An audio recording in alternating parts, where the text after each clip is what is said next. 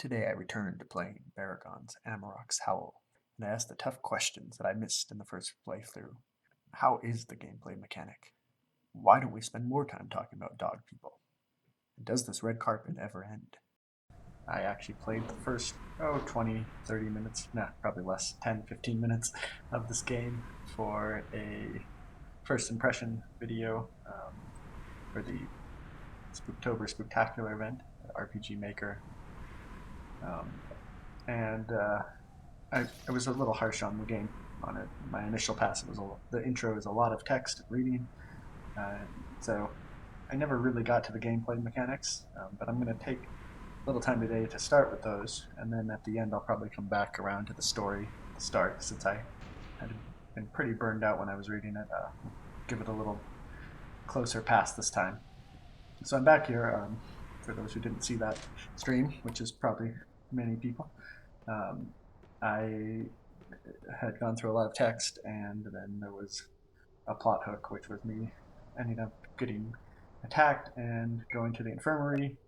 I believe I have a couple guides to help me figure out what I'm supposed to do, because I just kind of skipped past that last time, so we'll start with that.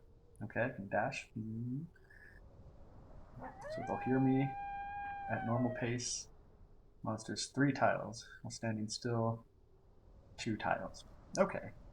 So this is a very gameplay mechanic that makes sense if you understand tiles and how big they are in Rpgmaker.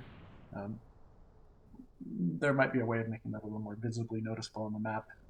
I'm pretty familiar with the engine, so the sense of what a tile might be, but someone who doesn't play Rpgmaker games, they might have no sense of what a tile is. So if the monster is facing you, it's closer. Okay, I do like the idea there, though, that depending on how you're interacting with the monster, it has a better sense of detecting you or not. So it's almost doubled when dashing then, I think. Okay. So if they catch you, you have a 20% to get away without taking damage. Your game over, you can press enter to skip. Okay. Save anywhere, and there's auto saves. So I like this mechanic that you're trying to save some people. That's the premise here. And there's a missing persons list, and those people are randomized. So when you're outside a building, your EP start decreasing rapidly. Probably should have been paying attention to that when I started the game, because I was just standing out there. If they hit 0, you get frostbite. Okay, so that gives you a state, and then it probably refills your EP. If you get it again, you die. Okay. So those are the tips. Yeah, see, I took some EP damage already just standing out there at the start, so I'll go see the doctor before we get in. Okay, here's our missing persons. I was about to say, trying to cram all of those people into one text box is a bit much, but since there's not that many people, it's okay. Well, since I'm inside, let's quickly look around here. So I'm going to repeat a few things that I said from the previous video, like the mapping. It needs to be refined a lot. Like, look, this red carpet is an entire.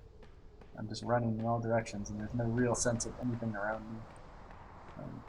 Yeah, I would,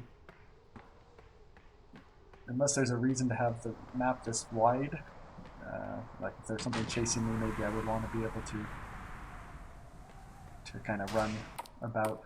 But since there doesn't seem to be anything in here, this room just needs to be a lot smaller, or at least have ways of dividing it up to feel less empty. So yeah, it's a bunch of chairs are on the outside. Whether or not it ties in with like a real life building, which sometimes buildings are very open and empty, and in a game it just feels kind of excessive. So I'm gonna try to remember where that doctor's office was. Oh, that wasn't it. Oh, here it is, I think. Okay, we'll get healed so we can start this from scratch, and we'll give this gameplay a real test. Okay. Alright. Girlfriend, don't need to talk to her right now. So I can't get in the shed. Gotta avoid the monsters. Seems like the best way to do that is to not be outside. How much damage did I take just doing that? 6 points. Just to walk back in here. I don't know if there's any incentive to like explore. Like are people in buildings or monsters? Oh, there are monsters in buildings, okay. Oh jeez. He's fast. Okay. So the last time I played this I criticized the way that those monsters can sneak up on you like that. And just kind of like trigger this battle screen.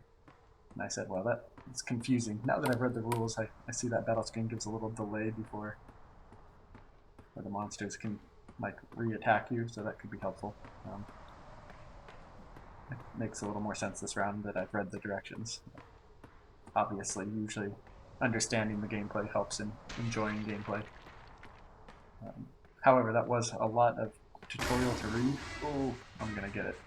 I think they're faster than me. Barely, but... Whew. Okay. So, considering there's going to be chase events on some of these maps, it does have a little more sense having them big, easy to get around. Like the tutorial said, if you get caught in a hallway, you're in a lot of trouble.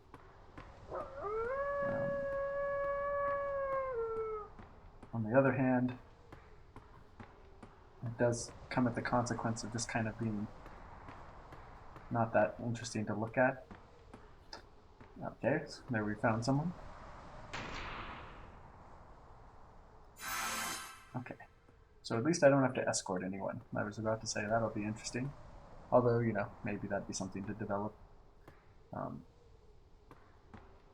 So something that might be interesting to do is, so I have a pretty limited vision radius, but it might be interesting. And it, let's see, 1, 2, 3, 4, 5 tiles. So my vision radius is about the tiles at which they can see and hear me.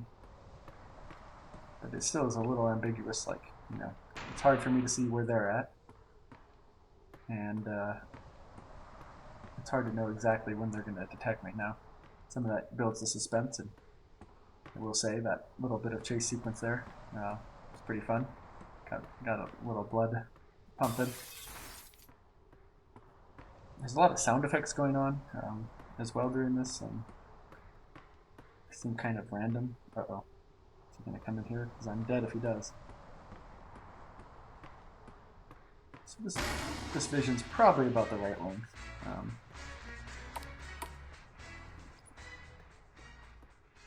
Maybe some way to kind of better tell, like, are they about to get me or not?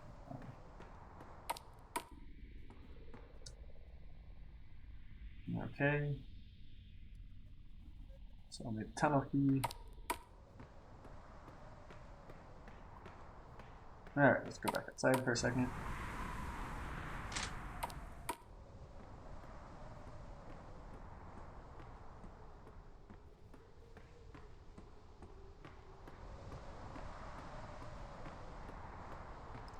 Okay, this is the cafeteria.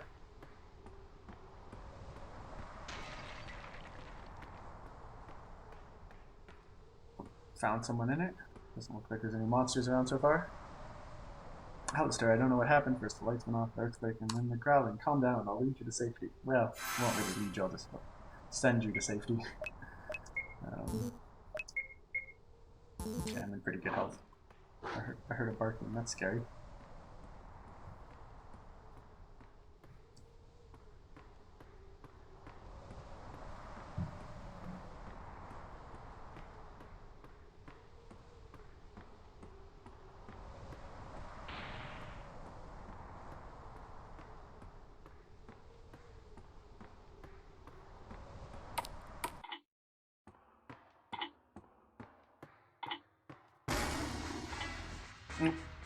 I triggered him by sprinting. So I will say the downside of having a walking mechanic, especially with these huge maps, is that it's just a lot of kind of tedious walking when you're trying to look around. I hope he doesn't come in here. Uh-oh, I think he saw me. Maybe not.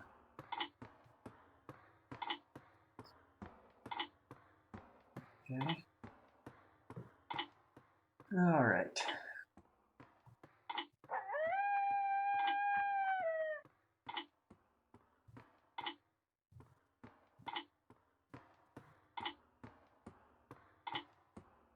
Oh, those are stairs. Okay, wasn't quite sure.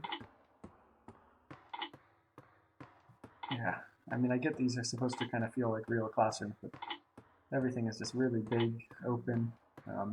Obviously, next time I run into a wolf, it'll be a good thing, because without those open spaces, running would be very difficult. So I understand kind of the principles of the mapping here.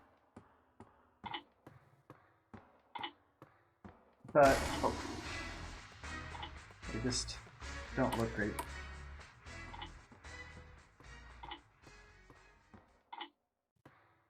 Oh, I'm gonna die. Ooh, that was close.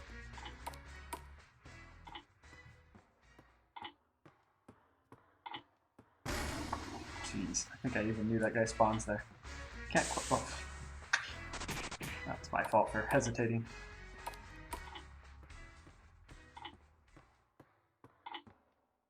I kind of want to test again to see if they always spawn now. Okay, so maybe they don't always spawn in the same location. Maybe a bit of randomness there, or at least the path is a little random, which is good. Otherwise, you kind of memorize the, well, good or bad. I don't know. Depends on what you're going for. Pattern recognition can be good, but the randomness makes it a little more intense. Oh, finally, someone's up here. Mr. Morgan, are you hurt? I've tried to locate the others. The creature's cornered me here. She wounded one of them. Interesting. Alright, get to the office. Oh. I don't think I'm getting out of this one.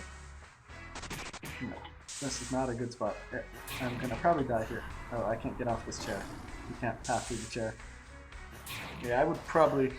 So, you know, you have all these hugely open maps, but, making it so, you know, I can't just, like, jump over the chair or something. Yeah, that's kind of just annoying. Yeah.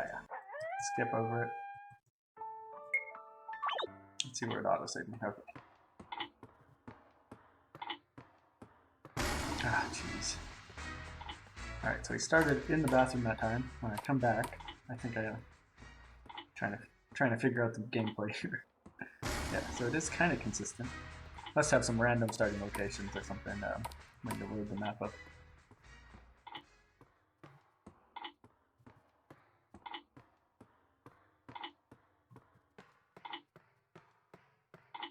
Like, I just want to run because these maps are big. It takes a long time to get around them, but that's risky. Okay, let's raid her again. See if I get bad luck and have a monster right in the room with me. So yeah, like this chair back. I mean, it's the tile set, but it'd probably be good to make that passable, since otherwise you get here and you can't get out when the monster sees you. Small risk, but even in real life, you know, hopping over the back of the chair is not impossible.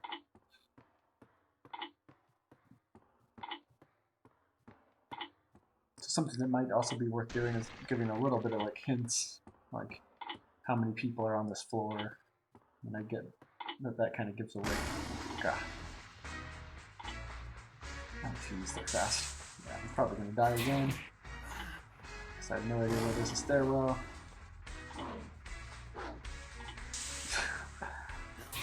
Okay, let's see if we can get back to the stairs. I'm gonna assume no one else is on that floor. I'm hoping that the developer put a person per floor kind of thing, or per building even. Just gonna run through here quickly. It's my health at anyways. Not great. I think I can take 1 or 2 more hits. Should have been a stairwell somewhere around there. I swear that's the stairwell I went up. I don't know. I'll turn around now. This is kind of a maze. Ooh, back to the stairs. Alrighty. So I've kind of lost my interest in like plodding through. I'm not sure it makes a huge difference. So stuck down here.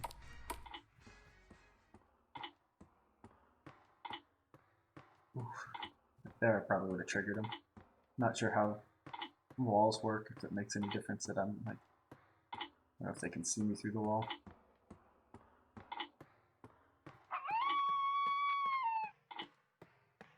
Okay, back outside for a bit. Oh, this is the same building. Oh, yeah, this is big. Big and open. I tried to trick him and he didn't. Oh, I should have moved. I forgot I was supposed to run from that. Luckily I saved right there. No, not this. Gonna chase me. So there could be more in this building. So yeah, I think somewhere just having a sense of like how many people are in a building. I realize that's, you know, why would your character know that there are 3 people left in this building? No, it doesn't really make sense, but these maps are pretty large for gameplay reasons, and it's just a lot of like blindly wandering about. It gives a little bit of intensity because you never know when you're gonna suddenly be within range of one. So that's the pros of that. The cons are it's a little slow. Oh, and it's hard not to just want to sprint when you see something like that. Which I guess is the point. Let's see. Yeah, so they can just see me through the wall. I guess probably some mechanic of like, well, they're hearing you if you want to be fair, but I guess he lost me. I'm not quite sure what makes it so they can see me. I mean, like, yeah, that building's huge just to get back there. Luckily, they don't follow you outside, although it would certainly ramp up the intensity. You eventually have a giant chain of wolves chasing you.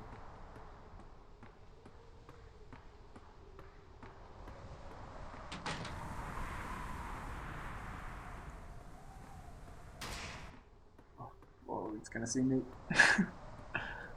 Oh, that was close. That was close. Yeah, you know, the more I'm here, the more I think the vision cone is just about the right size to give a little bit of a spooky horror feel to it. You know? Like, ideally, you'll be able to see them slightly before they can see you. I guess if I was sprinting through it, it makes that less likely. Alright, finally found someone. Oh, they say the same thing. Literally a quote. I didn't predict that coming. Finally found someone. Finally, I found someone. It seems that there was some truth to those legends. Quite fascinating. That'll get us back to the story in a little bit.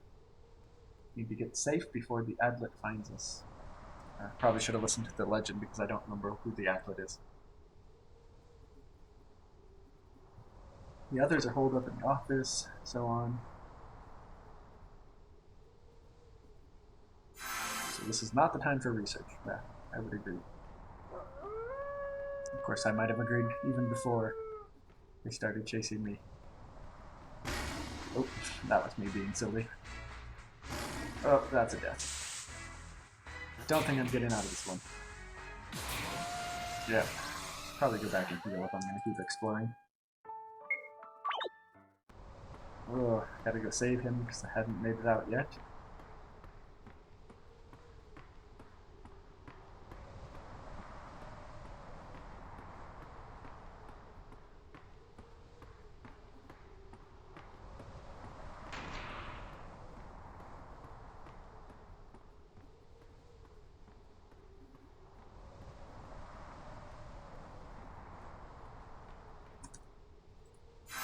Okay. Just really want to be able to run out of here now. I'll probably trigger a monster if I do that. Oh, time to run. I feel like this is a dead end. It is. Okay. If I run into another one, I'll probably die here. Oh, that's probably death. Yeah. Oh, okay. Well, we know there's a guy in there. I'm gonna look around just a little more elsewhere because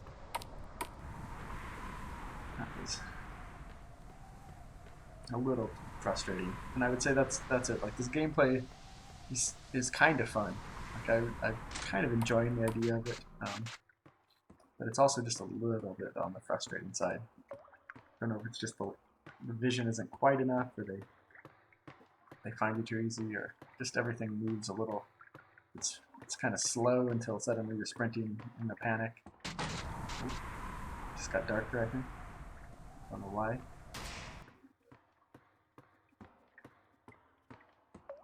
See, like, this is just a huge, I guess, court. I'm not sure what it's supposed to be. Theater. Okay, lights flickering on and off. I like that effect. That's cool. See my friend there. Yeah, there's kind of this mix here of like, it's stealth or just, oh, it's cool you're here. You're gonna help me get out? Okay, of course I will. Yeah. Monster up north of me. Yeah, it's just these maps are really hard to want to slowly plod through because they're so wide open with really nothing going on. And yet, sprinting is a good way to get yourself killed. I can move here. If I can. Is that the library? Like, oh, that's something too to think about. Like, yeah, no one's ever gonna figure out there's a door there until I guess there's a slight path there, but maybe some way to mark that a little clearer instead of just having a straight wall. See, like there's another one here, but when you're running about, not gonna see that. All right, let's see if I can just sprint my way back. Oh, that's a bad idea. I die, I swear. I just want to make it to the net. No, I think they do lose track of you after a little bit if you're fast enough. So let's heal.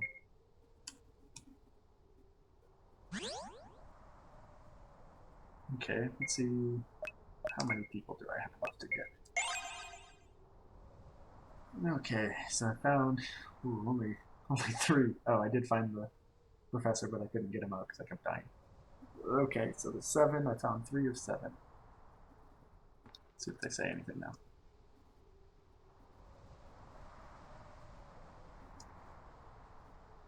So they have a nice little conversation at least. I don't remember if I saved that guy or if he was already here. Thought I only saved 3, but maybe I saved 4. Okay. Yeah, so I think that gives a good sense of the gameplay. To give it a little fairer shake than I did the first time. And I would say, like, yeah, I definitely did not understand what was happening last time, and it's a lot better than I felt on that first pass when I didn't read the directions.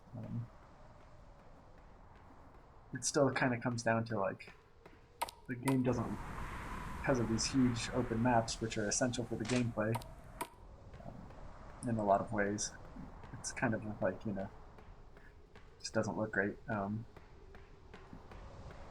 And the gameplay varies between kind of like intense and frustrating. And there's like enough ominousness, but it's also just a little hard to know where you're supposed to be going. These maps blur together pretty easily, so maybe something to, if I could, you know, hide behind objects or something, that might add a dynamic to this that would be worth exploring. Like, you know, they can see me through walls as is, or hear me through walls at least, but if I could suddenly just stop here and they would lose me, or if I could, there's a crouch mechanic or something. Oop, there is one in here. He got me. Alright. I do take back what I said in my original video. Like, oh, he's still after me. And then he lost track of me. So, like, if I'm like that battle mechanic, having them trigger the battle is like just enough of a reprieve to kind of re-get your bearings when you want to sprint away. Still don't know if it's essential, but it does work better than I first thought it did, where I was just confused what was happening.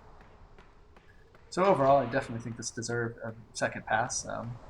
So it's a fun mechanic. So there he is. I'm just curious. They're so fast when they walk. Oh, here. So he saw me.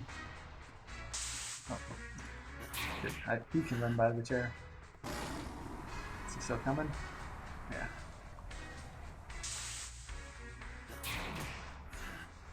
I'm just curious. How do you lose them? I haven't quite figured out how. So like there, no, I guess he just pauses, and then I lost him.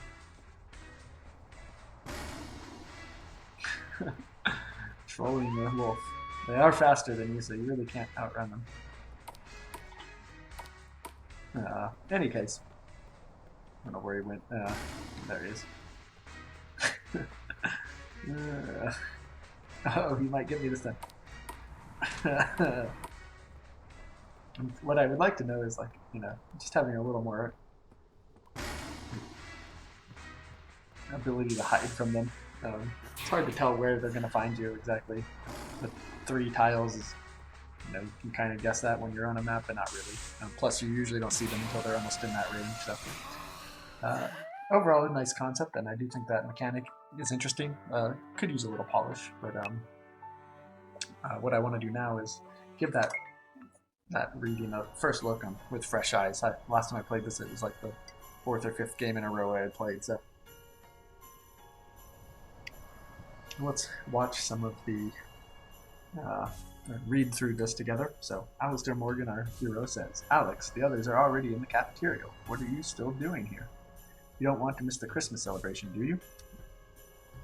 "Well, sorry, Al. I was just thinking, a momentous occasion to be sure." Alistair's kind of a jerk, right? Come on, Al. Where's your Christmas spirit? People are supposed to be nice to each other this time of year. I kind of feel like Alex is an idiot. Besides, you're the resident advisor. You should set an example. If anyone should be nice, it's you. I am nice. That's why I went all the way back to get you. Jeez, you're in some mood today. Let me guess, your dad again? His message didn't contain anything I didn't hear 1,000 times in person from him. He still didn't get over the fact that you are dating Natalia, right? He still didn't get over me choosing to study at a university all the way in Alaska instead of the school he picked for me. Why should this be any different? She isn't good enough for you. She's just using you for your money. I know he means well, but he's completely wrong about her. That's just because he doesn't know her. Nat's a sweet girl. If your dad actually met her, I'm sure he'd change his mind immediately. I really am not doing accents here. This is kind of blurring together. Okay, I don't know if I want to put Nat through that. Father can be difficult. Speaking of Nat, is she feeling any better? She's coping. Last I heard, her father is still recovering from his injury, but they still have no way of paying the medical bills. Apparently, their insurance doesn't cover it. So I don't want to spoil anything. But since my complaint last time was there's just a lot of reading at the start of a game, I'm still feeling that right now. But even having played now through a large chunk of the game, Natalia doesn't seem to feature that heavily in the story. Now, maybe if I found everyone, there'd be more to that. But like, why do I need to know this information about his father, why he's at school, this kind of relationship? I make think that's my initial impression here now, having kind of played through this, I'd say 1.5 times. Just a lot of text, a lot of info at the start of a game. Some of that builds character, but I think some of this could be cut, sparse. So like, how are you doing? I came back to get you. Oh, I've got the present for Natalia. How's she doing? Oh, she's alright, her dad's still sick. Okay, well, let's go give her that present then. The father stuff, you could kind of build in as they're moving. And like I said in the last video, like just a little more going on during these scenes would help. Like they've just been standing there staring at each other, have them pace or, move around a little. Okay. We have wasted enough time on that. Let's move on. And again, still all a cutscene at the start of your game. In my opinion, that should have been like, you suddenly get control of the player, you get to look around. You could build in some of those mechanics of like detecting objects in certain ranges, like, oh, hey, there's that thing over there, just to highlight what's going to come a little, and if it's not something chasing you, or somebody could chase you, surprise. And that would give you a sense of like, oh, there's going to be a bit of that mechanic later on. Anyone else coming through? Not that I know. Me and Alex were the last ones. Others should be in the cafe. So this guy's going to fix the light. So he's got the key eventually. I'm sure I'll have to find him to get the key to get back in here. But until then, we're going to stay here.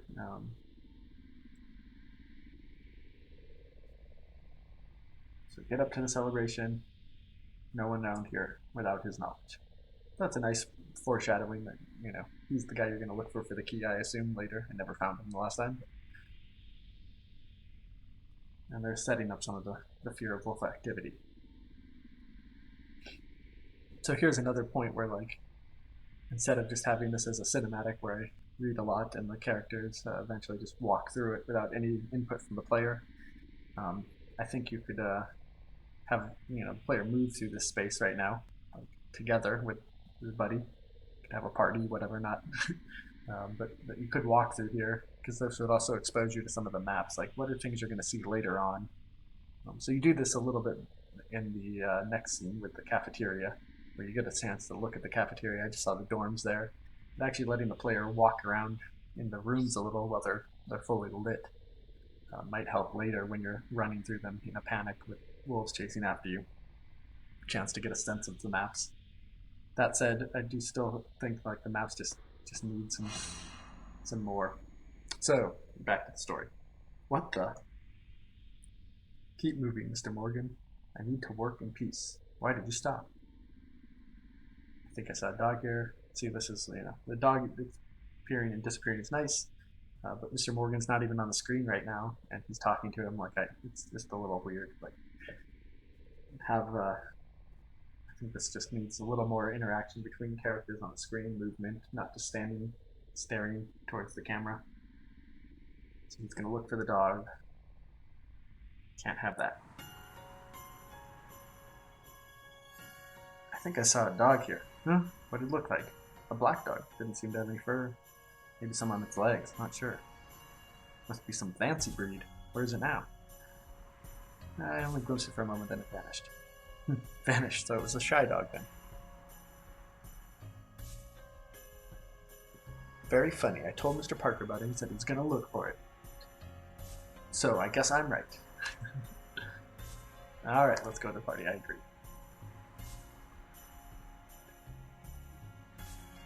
Mr. Morgan, please come and see me. I'll need your assistance with something. Yeah, I'm gonna, this time, go straight to him.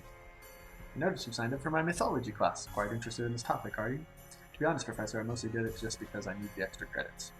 Huh. But you're not so different from my other students. Anyways, I've been researching mythology of the Inuit for some time, and I wish to read just one of their legends to you all. That sounds like a fun Christmas tradition to start. Well, it could be interesting. Some people are already getting bored. This might help with that. I don't know. We'll see. Indeed, the Inuit mythology is really quite fascinating. When you study the myths and legends of other cultures, you start to see the similarities. For all our differences, the different human cultures are more similar than each other than not to each other. None. That's a good sentiment. All of our vanishing black dogs part of said mythology? Ah, yes, you must mean the Keelers. So I think here, like, again, maybe player comes up, interacts with his character, and mentions he's seen the dog, and then he brings up this mythology. I don't know. It's okay. It's an example of a creature that appears in many different forms throughout the myths of various cultures. Black dogs stalking travelers at night, believed to be an omen of death, are one of the common motifs in human mythology. An omen of what? The Keelut is a spirit of death, and when one appears to a person, it's believed their doom is at hand. Leaves the underworld during winter when it needs to feed. Ooh.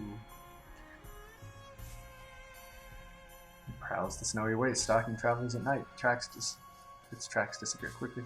So, like, some of this just, unnecessary information. Like, I felt like that last text box had, like, some good, like, tension building, and then it kind of goes on and on. When he's disoriented or weak. Maybe there's foreshadowing here. I didn't get that far. And either the beast attacks or it lets the elements and other dangerous clinic prey. Then, once their prey perishes, it can feast on their flesh. Quite grisly. Catching a glimpse of such a creature is an ill omen.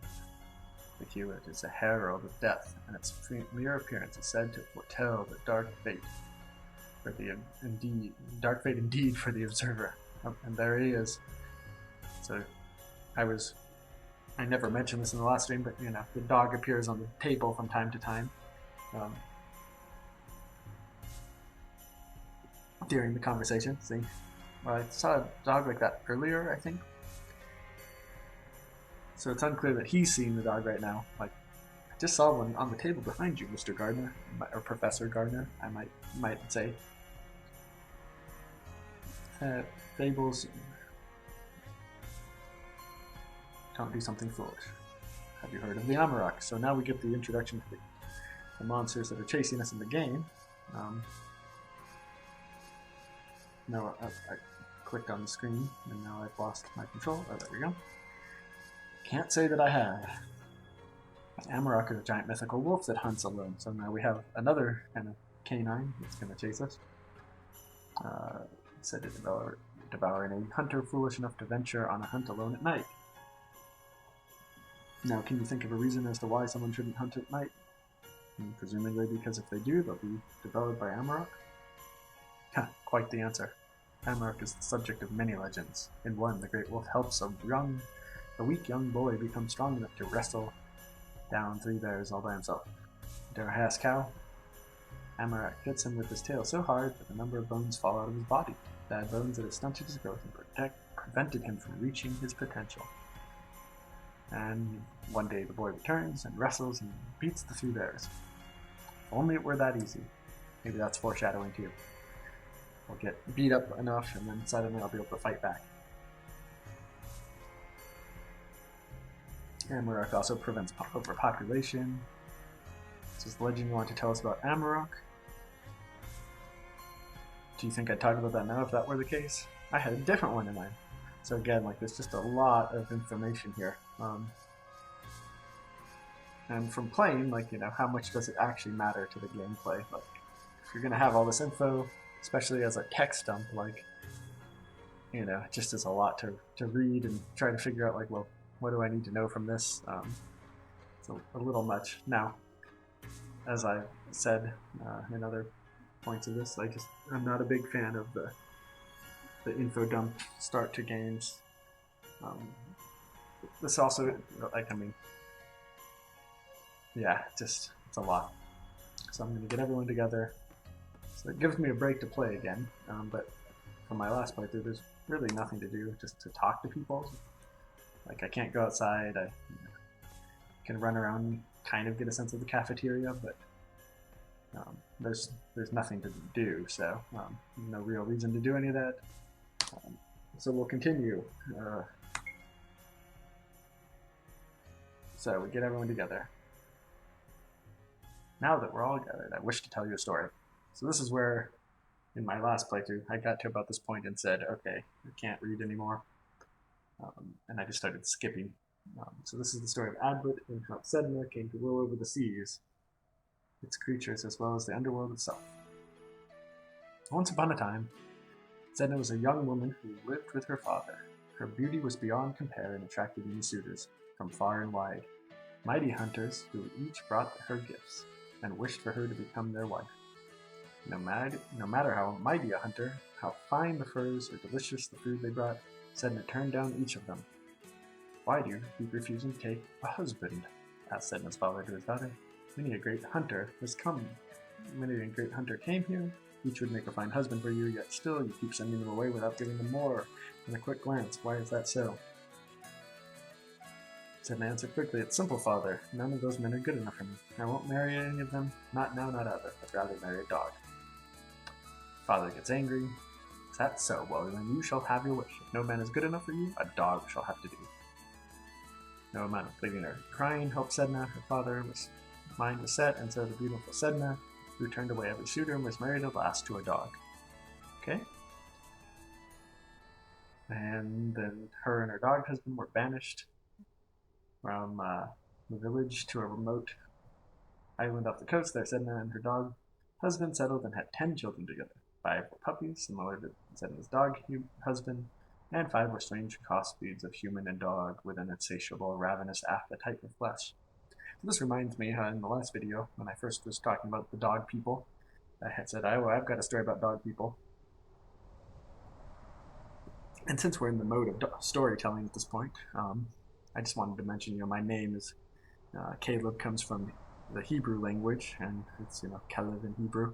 And so when I was younger and studying Hebrew in school, I learned that the word Caleb, or the name, comes from this root word for dog. And I was very much like, what? Why is there a name from dog? So I found my way to an you know etymological dictionary, looked it up, and said, well, what's this name coming from? Why is Caleb in the Bible named after dog, the root in Hebrew? Uh, and one of these classic academic etymological dictionaries just says, this name is probably because he was from a tribe of dog people.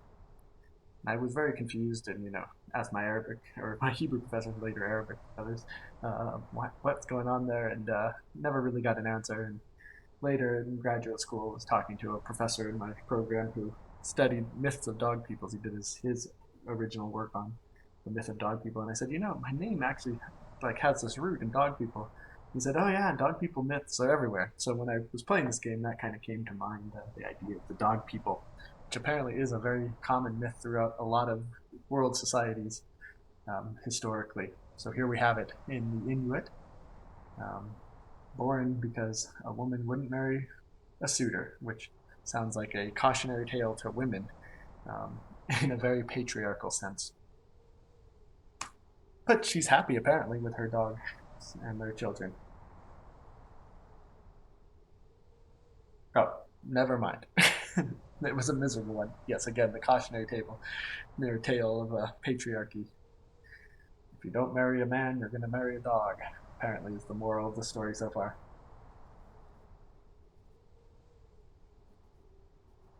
Okay.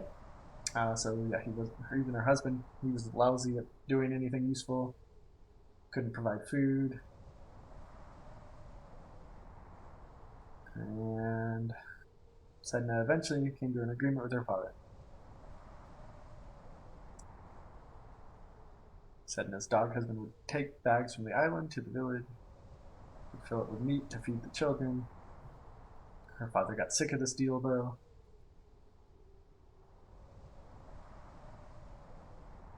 And it said, oh, it sounds like he's going to drown the dog. So he put a bunch of rocks, and when he tried to swim back, he was pulled down, died. What a jerk father. So the father forced her to marry this dog, and then drowns the dog. With her husband gone, Sedna had no way to feed her young. At last, Sedna's father came up to see her on the island. But upon seeing him, Sedna grew furious. She set her half-human, half-dog children at him, ordering them to chase her father away. She's mad now.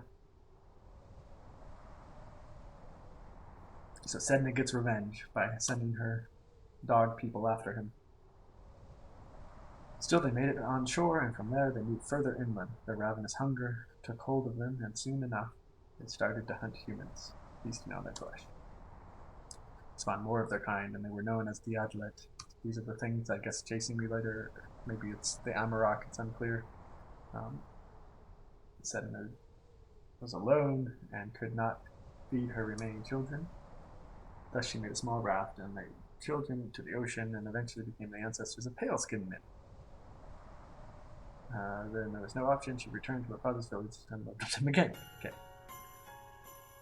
Then one day a guy in good fur came, and he's going to marry her with some fish. Maybe she'll just marry a fish instead, and there'll be fish people hunting too.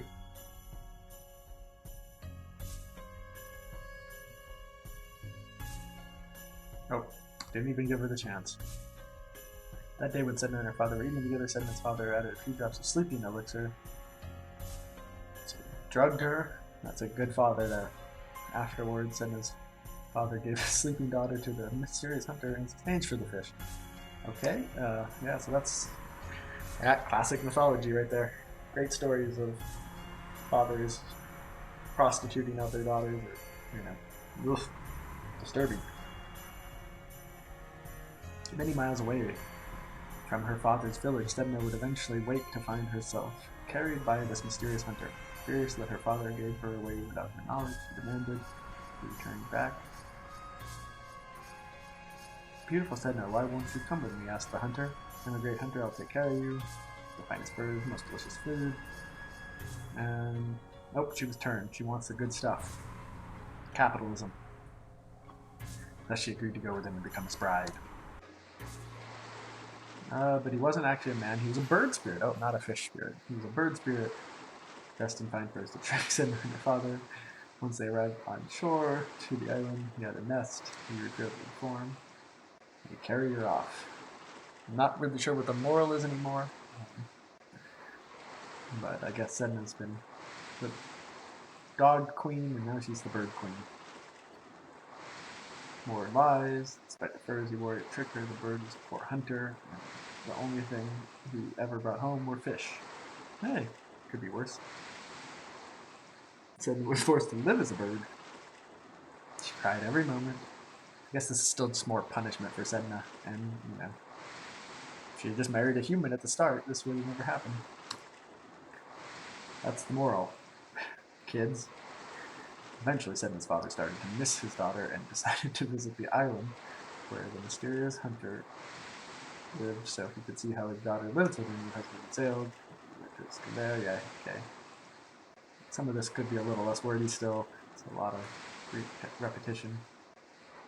And then they fled.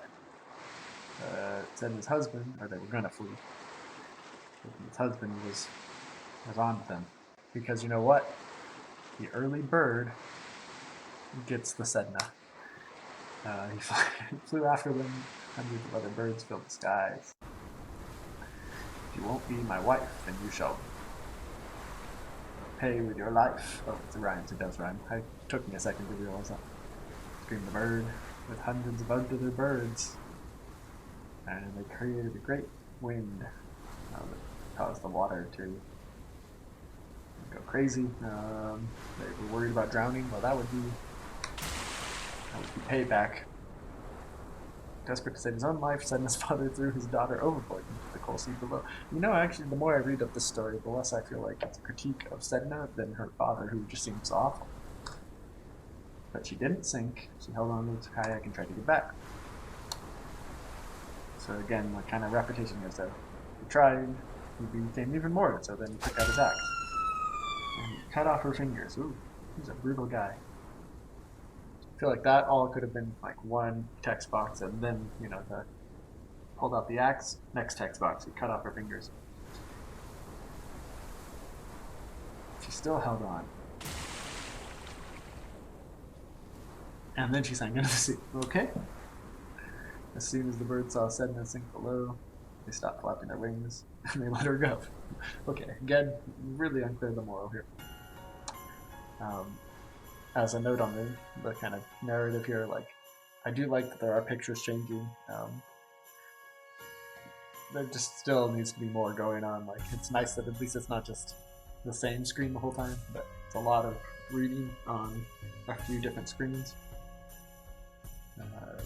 So maybe if you continue to develop this, some sort of animations are just showing a little more. Sedna sank deeper and deeper. I imagine she's finding her dog friend down there eventually. Oh, nope, she turns into a fish. So she's a mermaid now. Another common mythology. She would provide a great bounty for the fishermen if she were in a good mood. If she were angry, she'd make sure that they would return empty-handed. So then a shaman would turn himself into a fish to meet her and comb her hair. Because she couldn't do this herself because she had no fingers thanks to her lousy dad. I just want to know what happened to her dad now. I think I deserve some payment. So Natalia responds to this kind of highly disturbing story with, well, that's quite a story.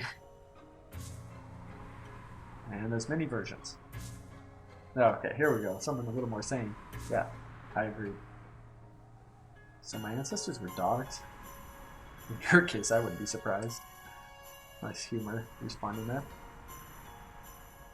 And now we're going to get the present. And so they're going to give her this present. So there's just a lot of story threads going on here. You get this long mythology, you get these long discussions of like what's going on in between Natalia I already Alistair, the main character. Like, there's a lot of characters, and not a lot of characters. There's a few characters that are actually getting game screen time, but they talk a lot, and none of this really seems to tie in with the like gameplay mechanic that we saw earlier. Like, okay, so eventually, like, we get a little of those mythologies showing up, and there's monsters chasing us. So that's it's loosely tied in, but like, I don't really have a sense of why Alistair wants to save everyone. Like, why is he the one doing all of this? I don't even know who any of the other characters on the screen are. At best, I might have talked to them each, but I wouldn't remember them. A couple of them have responded to the story. Yeah, I just don't feel like this this long wordy intro works with the game.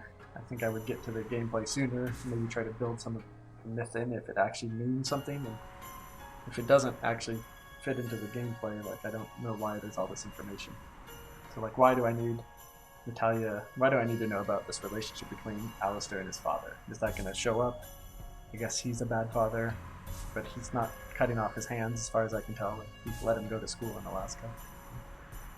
Yeah, so there's some like overlapping themes that just, at least from, you know, now having played close to an hour of this game, I don't really see the connection between a lot of the themes. Like, there's some very surface level things, like there are wolf people hunting you. There are wolf people mentioned here. He sees a dog that's an ill omen. There's some bad fathers narrative going on, but ultimately, yeah, I'm gonna give it 9 more minutes, or 8 minutes, because that'll put us at about an hour. That's the amount that judges would put into this game, so I'll give it a full playthrough since I said I'd come back to it. Yeah, so they give the present. She's such a good person, and he's very sweet, which is nice. I like to see like people being nice to each other. The dog appears, the screen goes dark, and the chase.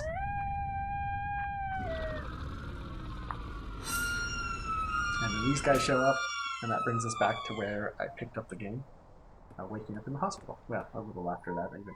What happened? Hit your head. So the monster shows up, and I hit my head. They saved me. It was real, not a fake out.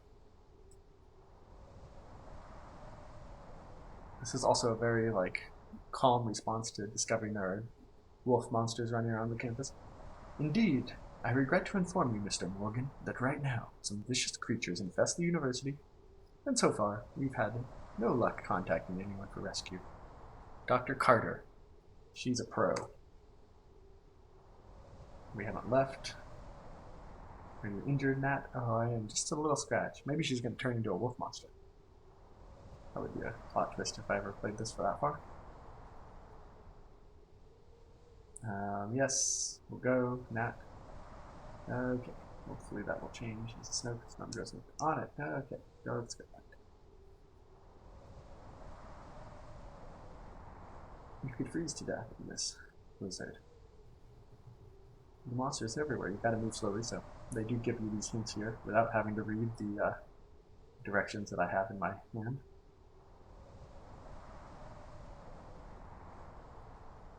So I can get the lists and the description of what I'm supposed to do, and we're pretty much back to the start. And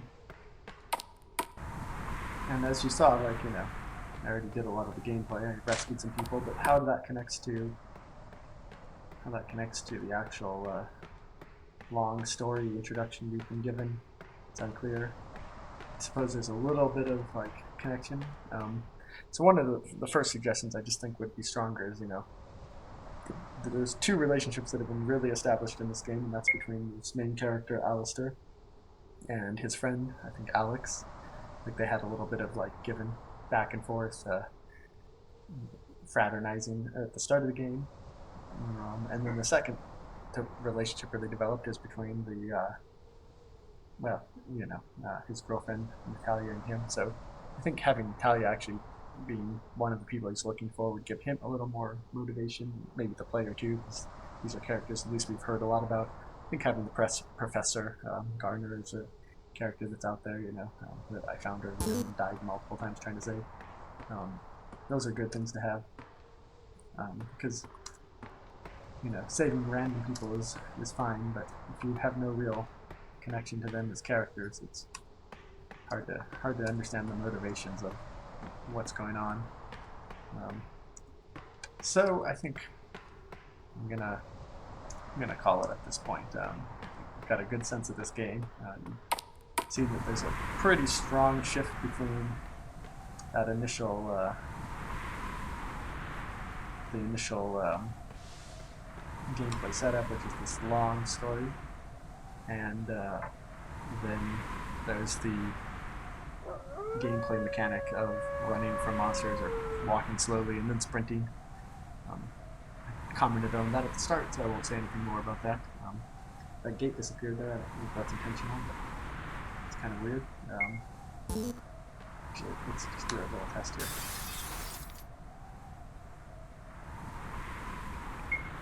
Yeah, it seems like I might even be taking damage to the blizzard while standing there talking.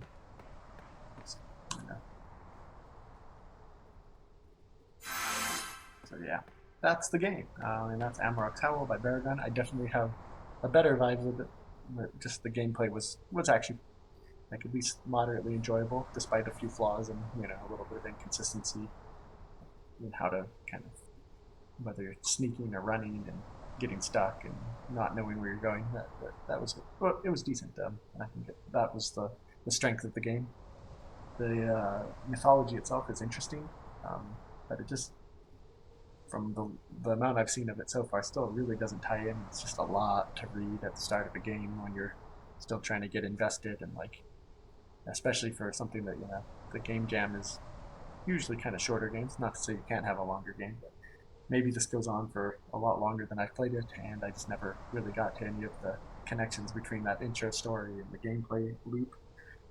But I do think that could be a little either needs to be better developed or just shortened. I get you want to have this build up of suspense of oh, what's going on? There's some dark mythology there, but it just didn't really connect that well.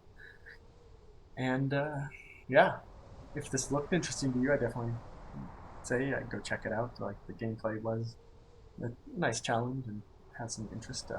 And if you want to know what happens once you save everyone, maybe there's more to the story than I'm getting to. So uh, go look for it. It's on theitch.io. I've linked that in the description. And you can also check out the other games for the Rpgmaker Spooktober Spooktacular Jam at the forums. I've linked that as well again. And if you want to watch any of the other videos from those games, there are a lot of great entries. So it's definitely a good entry in a lot of ways. There's a lot of strengths to the game, but I think that's all for the day.